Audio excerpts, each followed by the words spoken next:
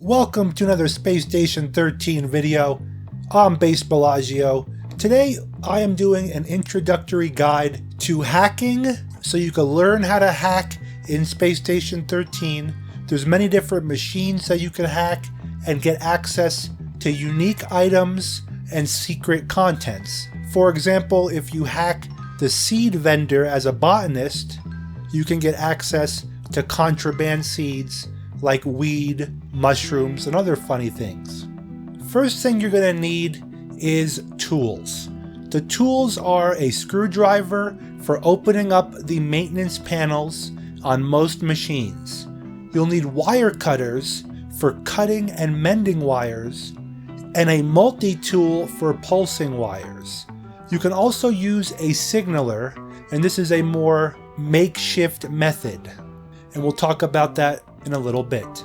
If you look at the hacking section of the TG Station wiki, you will see the various items and tools and machines that you can hack, and you'll notice that wire cutting, either mending or cutting wires, or pulsing has a different effect on certain things. We're going to start with vending machines, because they are the easiest thing to learn on. The different wires on the vending machine contributes to one for the voice of the machine, what language it speaks.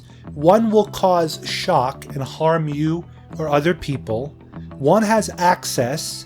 One is the contraband, that's the one we're focusing on. And the other one is firing, basically it shoots out items to harm people. Now let's take the firing wire for example.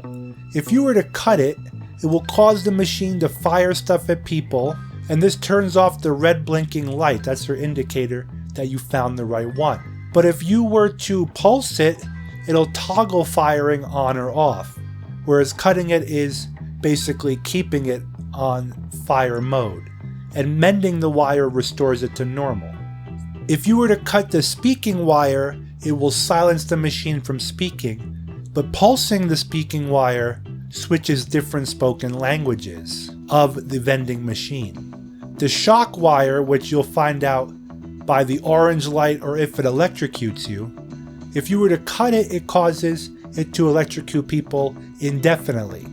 And if you were to pulse it, it'll electrify the machine for just 30 seconds.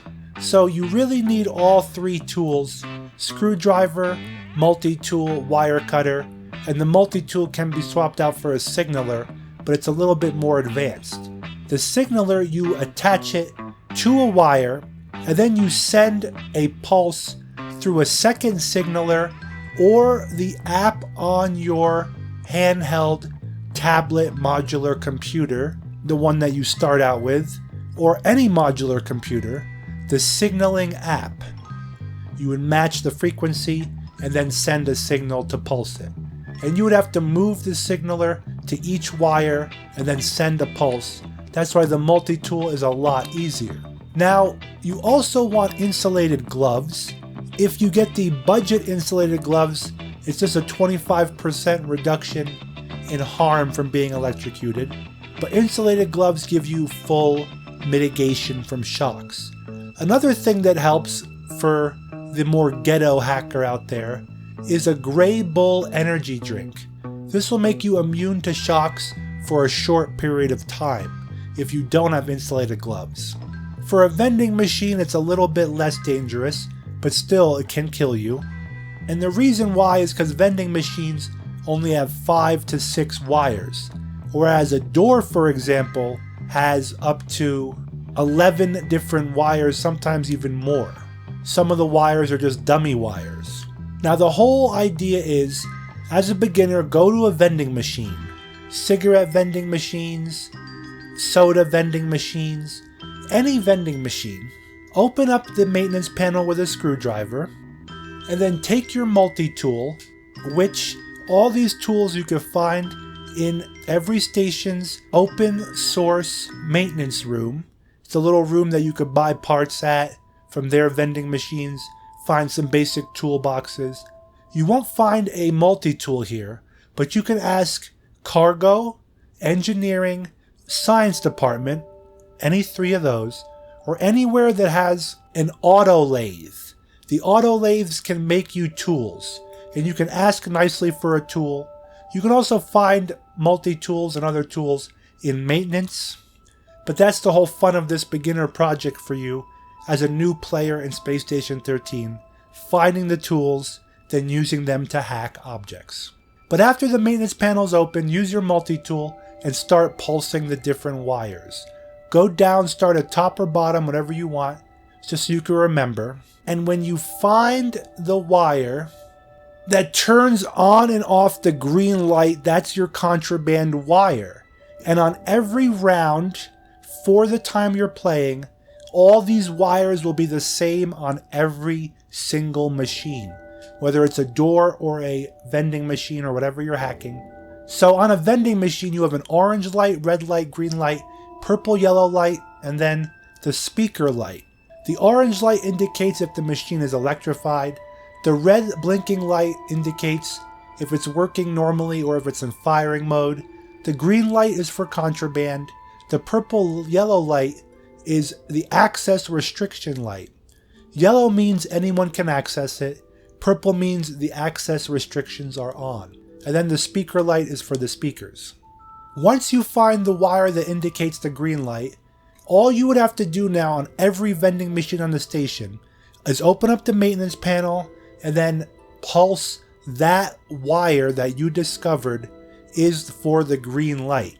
For this video, the one you're watching on screen, it was the orange wire for these vending machines. So I was going around pulsing the orange wire and getting the contraband. For a cigarette machine, you get a e-cigarette, which is a pretty funny tool. You can fill it with different chemicals. You get the effect of the chemical you are smoking. You can also trim the tip of an e-cigarette so it creates a cloud around you to make everybody get the effect of the reagent inside, whether it's a drug, an alcohol, whatever it is. So now that you know how to hack a vending machine, you can work your way up to doors. And again, you're going to have to refer to the hacking wiki on TG Station to see everything you can hack, everything you can get into, and the different effects. You can even hack a mule bot to make it where you can ride on it, where it can run people over and injure them. Many different funny things. On a door now, you have a lot more wires, and you're going to have to refer to the wiki to understand in detail what they all do. But basically the same idea. Screwdriver open the panel, use a multi-tool to pulse, or a wire cutter.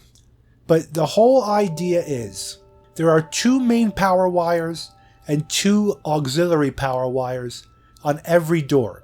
If you disable any main power wire by cutting or pulsing, it'll make the backup power wires work after 10 seconds.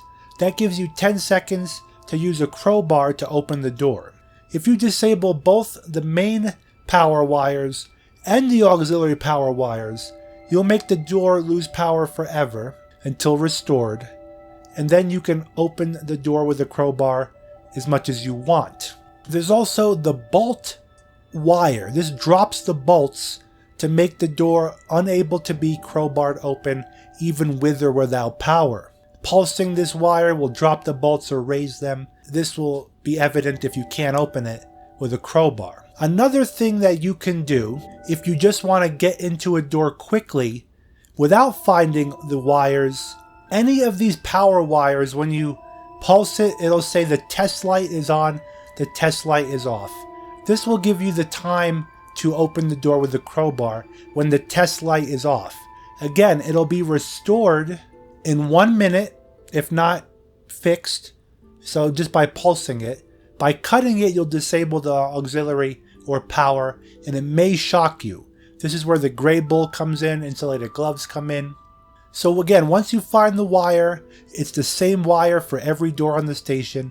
You can easily just pulse one of these power wires, set the test light to off, and then you're able to open it with a crowbar. If you're escaping people, you can drop the bolts. The door is locked. If this says the bolts have fallen, then they can't even crowbar it open, even without power. They'll need AI to open it for them. You can disconnect the AI connection so the AI can't even mess with it. You can take off the safety, that's the check wiring light when you're examining it, and this will make the door crush people. There's no safety on the door. Very dangerous to people in the door. Now, this is your introduction. Check out the hacking section on the TG Wiki for more detailed things. You can hack autolaves to produce ammo, you can hack robots, you can hack the supply shuttle console, many different things you can hack. I definitely suggest learning this as a new player to help you gain access to the various areas of the station that are locked, whether it's maintenance, an area you want to break into. Just know the security can arrest you or even beat you up for trespassing. And then the station chief engineer and engineers can see blueprints for airlocks and APCs. They have a skill chip for it. The chief engineer has the station blueprints, which is an item that traders want to steal and different antagonists want to steal and bad guys. The station blueprints give you easy wire identification for the entire round, so it just tells you when you look at things what each wire does. Definitely check this out, and I hope this guide helps you become a better spaceman. Thank you for watching. Hit that thumbs up if it helped you, and I'll catch you on the next one.